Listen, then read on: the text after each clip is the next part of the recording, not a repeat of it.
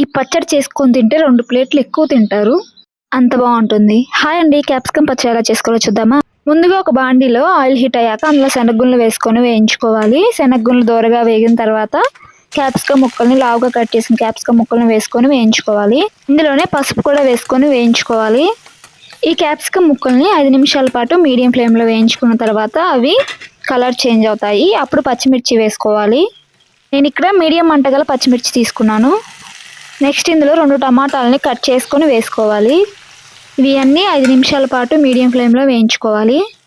Next ఇందులో కొత్తిమీర పుదీనా వేసుకొని మిక్స్ చేసుకున్న తర్వాత కొత్తిమీర పుదీనా వేసుకొని 3 నిమిషాల పాటు వేయించుకున్న తర్వాత ఇందులో ఉప్పు యాడ్ చేసుకోవాలి. రుచికి సరిపడా ఉప్పు వేసుకోవాలి ఇప్పుడే. యాక్చువల్గా పచ్చళ్ళలో కారం వేయరు, బట్ నేను ఇక్కడ కారం వేసుకున్నాను.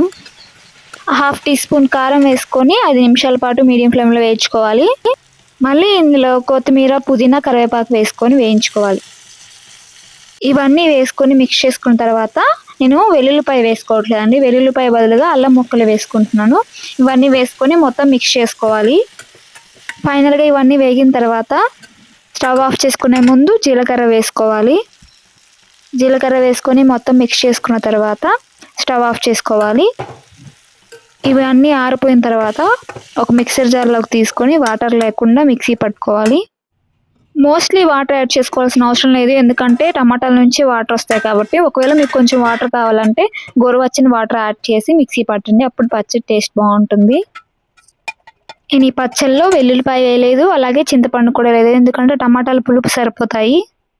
పచ్చడి ఇలా మెత్తగా పట్టుకున్న తర్వాత మళ్ళీ సేమ్ అదే ప్యాన్లో ఆయిల్ వేసుకొని ఆయిల్ హీట్ అయ్యాక జీలకర్ర మాత్రమే వేసుకున్నాను, కరివేపాకు వేసుకోవాలి. జీలకర్ర వేసుకున్న తర్వాత మనం నూరుకున్న లేదా మిక్సీ పట్టుకున్న పచ్చడి వేసుకొని తిరగమాత వేసి 2 నిమిషాలు ఉంచి స్టవ్ ఆఫ్ చేయాలి.